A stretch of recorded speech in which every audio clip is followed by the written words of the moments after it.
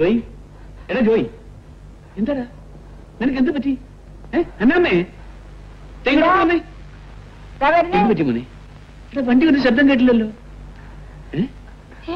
അയ്യോ അന്നാമ്മേ, ഇവന്റെ കിടപ്പ് കണ്ടോ? അയ്യോ എന്റെ മോൻ എന്ത് പറ്റി? എന്റെ ഈശോയെ, എന്താ മോനെ? വെള്ളം, നീ ഞാൻ വെള്ളം കൊണ്ടുവാ. ജോയി മോനെ എന്ത് പറ്റിയടാ? എന്ത് പറ്റിയെന്ന് പറ മോനെ.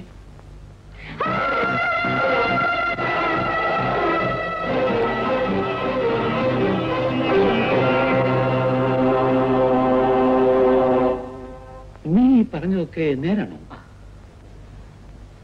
എന്റെ ഈശോയെ, എന്തൊക്കെയായി കേൾക്കുന്നത്? ഈ നിലയ്ക്കെങ്കിലും എന്റെ മോനെ വീട്ടിൽ കൊണ്ട് എത്തിച്ചു തന്നല്ലോ. മോനെ, നീ പോയി കുറച്ച് വിശ്രമിക്ക്.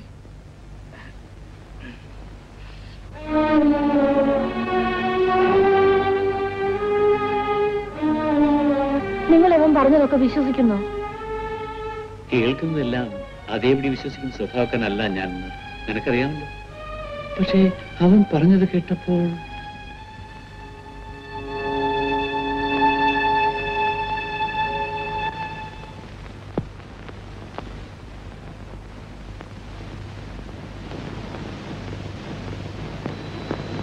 മോനെ, എന്റെ മോൻ വല്ലാതെ പേടിച്ചു പോയല്ലേ?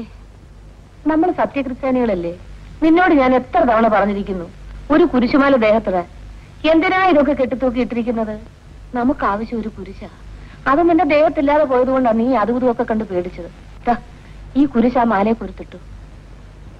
ഇതെന്റെ മോൻ ഒരിക്കലും ദേഹത്തൊന്നും ഊരി കളയരുതേ.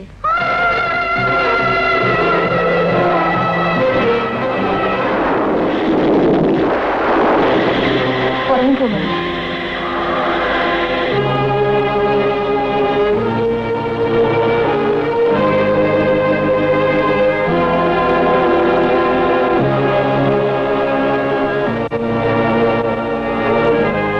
സ്വർഗ്ഗസ്ഥനായ ഞങ്ങളുടെ പിതാവേ, നിന്റെ തിരുനാമം പരിശുദ്ധമാക്കണമേ. നിന്റെ രാജ്യം വരണമേ. നിന്റെ തിരുവിഷ്ടം സ്വർഗ്ഗത്തിലെ പോലെ ഭൂമിയിലാവണമേ. ഞങ്ങൾക്ക് ആവശ്യമുള്ള ആഹാരം അതൊന്നും നൽകി തരണമേ. ഞങ്ങളുടെ കടക്കാരോട് ഞങ്ങൾ ക്ഷമിച്ചിരിക്കുന്നത് പോലെ ഞങ്ങളുടെ കടങ്ങളും ദോഷങ്ങളും ഞങ്ങൾ ക്ഷമിക്കണമേ. പ്രവേശിപ്പിക്കരുത്, ദോഷത്തിൽ നിന്ന് ഞങ്ങളെ രക്ഷിച്ചുകൊള്ളണമേ. ഉടനാൽ രാജ്യം ശക്തി മഹത്വം എപ്പോഴേക്ക് നിനക്കുള്ളതാണ്. പറഞ്ഞു പറയുമേ, നിനക്ക് സ്തുതി. കർത്താവ് നിന്നോടുകൂടെ സ്ത്രീകൾ വാഴ്ത്തപ്പെട്ടവൻ നീ. നിന്റെ വയറ്റിൽ ഫലമായി വാഴ്ത്തപ്പെട്ടവനാവുന്നു. ബഹുമാനം പറയുന്ന തമ്പുരാന്റെ അമ്മയെ, പാപികളായ ഞങ്ങളുടെ മേൽ ഞങ്ങൾ ഓർത്ത് പ്രാർത്ഥിക്കുന്നവരുടെ മേലും എപ്പോഴും ഉണ്ടായിരിക്കണമേ. ആമേൻ.